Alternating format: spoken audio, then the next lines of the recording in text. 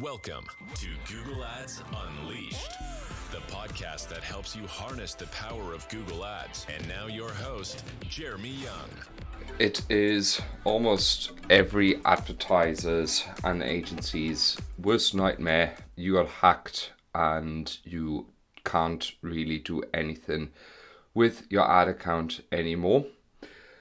This happened to a friend of mine and we went through the entire procedure with him together. It seems like I've seen everything in Google Ads over the last 15 years, but this is one I hadn't seen yet, hence why I wanted to share with you if it happens to you, so that you know what to do and you know what needs to be done in order to rectify the situation. Hello and welcome back to Google Ads Unleashed. Hope everyone is doing fabulously this Monday. I'm currently actually on holiday, which is why this is pre-recorded, and this is actually about quite a serious topic because I think as the world gets more and more complicated, more internet focused, everything's based on the internet nowadays, and the more AI is advancing, the more the dangers of AI are becoming obvious as well. And I've warned about this on my LinkedIn a few times, and now it actually happened to a friend of mine. The ad account got hacked by hackers and they spent a significant sum on his ad account and it shut down everything that was linked with his ad account and all of the sub accounts. So what do you do in this situation? And today I wanted to run through kind of a couple of things, what to expect when this happens, why do people do it, why do hackers do that, and then also the remedies in the situation. Okay, so let's start with what actually happens. So what usually happens is that people try and gain access to your login into your Google Ads account. They usually try to do this via some sort of phishing method, right? So they send a phishing email of which they coax a password out of you or even a 2FA out of you, or they sort of just try it and potentially don't even have 2FA enabled. They usually then go into your ad account and then launch fraudulent search campaigns, which they direct to other websites, which usually have some sort of phishing landing page, right? So they try to capture someone's details and to scam that person there, or they're trying to send it to a website where they're trying to generate sales and just generate a huge amount of traffic. And they do this usually by two things. So they set the search campaign with A, super high budget, and B, super high CPCs on really bizarre broad match keywords to get the campaigns to spend sometimes thousands within the hour. Okay, so this is something now that I've unfortunately come across twice, which is why I found it necessary to record this podcast. What usually happens as a result, there are usually two things that happen. Either Google shuts your ad account down, you get an email and it says that there's been fraudulent activity detected in the ad account, or if you happen to catch it, you will have to, of course, try and pause that campaign and, of course, contact Google support to let them know. In the first case, when your account gets shut down or fraudulent activity gets spotted, it does happen sometimes that only one or two sub-accounts, for instance, from your MCC, would have been detected. So always make sure that you go through the change history of the entire MCC or sub-account or however your structure is, and then make sure that there hasn't been a fraudulent campaign created somewhere else in an account which you are not aware of. So you will want to pause everything and then the fun happens. Of course, at this stage, you will usually be extremely panicky. My mate was as well. In fact, I remembered quite well. He rang me when I was in Tenerife a few months ago in February and said, "You will not believe that this has happened." And I was on the golf course at the time. And we'd gone through the process together. And basically, what then happens is you, of course, launch an investigation with Google. They usually send you a link where you have to fill out a form where you have to very exactly describe what happened, which ad accounts are affected, which email addresses and telephone number to contact, etc., etc. You then start what Google calls a rollback process. So once they've actually found the ad account or the sort of activity to be fraudulent, they actually, first of all, pause your access to your own MCC. So it gets limited access. Usually you only have a sort of a read-only access.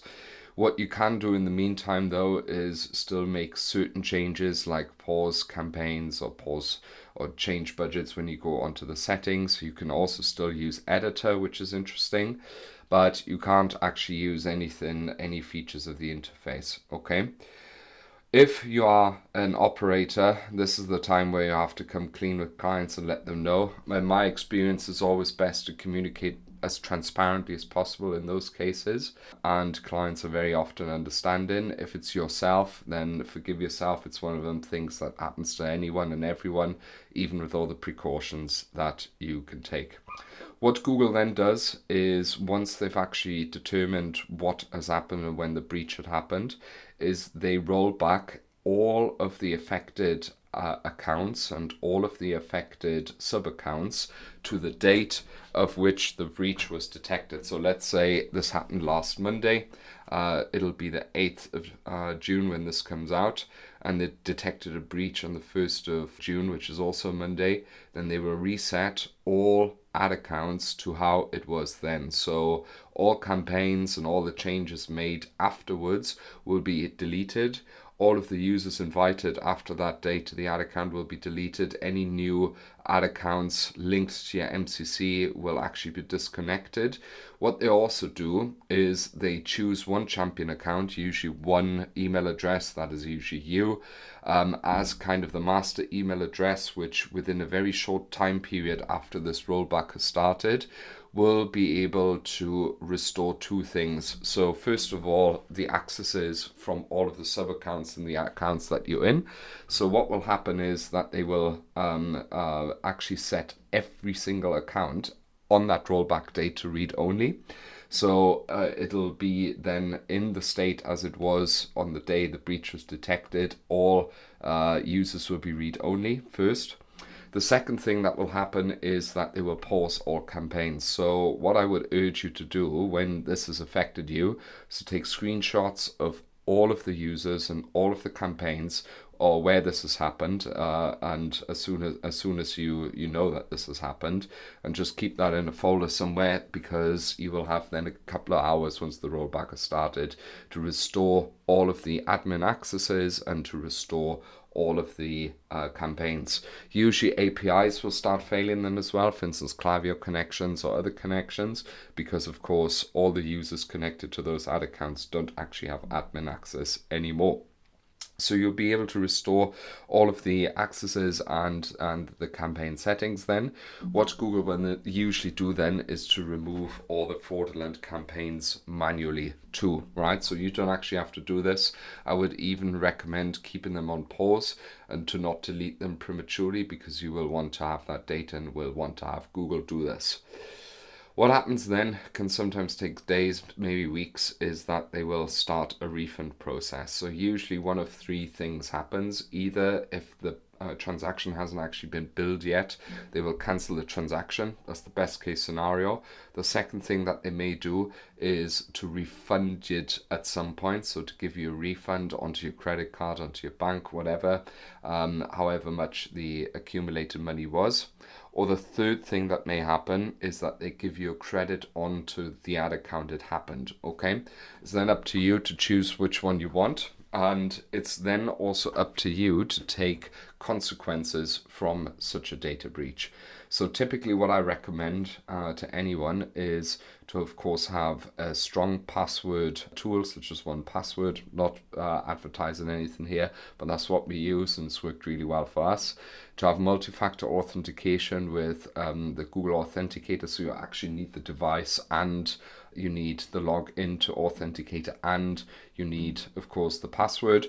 So that is usually extremely strong. I would also recommend to regularly change passwords, right? So at least once a quarter, maybe even once a month, change passwords across the entire organization. I would also highly recommend that you put in some form of notifier in your account when it is creating weird activity, right? So for instance, if campaigns are created with ridiculous budgets, then send a notification straight to an email so that you catch these sort of people early and can actually log them out by changing the password quite fast. I would also recommend that you get insurance for this kind of stuff, right? So professional indemnity insurance or some form of business insurance or some sort of cyber crime insurance is usually something that would be really helpful. Typically, they'll help you in starting a forensic investigation of how the breach happened. They will also potentially assist you with any PR, because what will happen with the fraudulent campaigns, they'll of course carry your advertiser's name. So if you're an e-commerce business and advertising a fraudulent link and people fall for it, then you're obviously in deep troubles, although it's not your fault. So this is something that you will want to consider.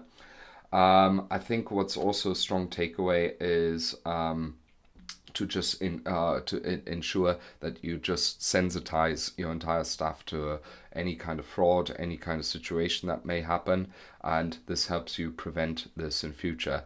What also helps is to unlink all accounts which you generally have nothing to do with, so that they are not affected by any fallout when you have an MCC that is linked to several accounts. Just get rid of them, then they are obviously protected from that in future as well. And I think what really helps as well is to just try and keep a cool head.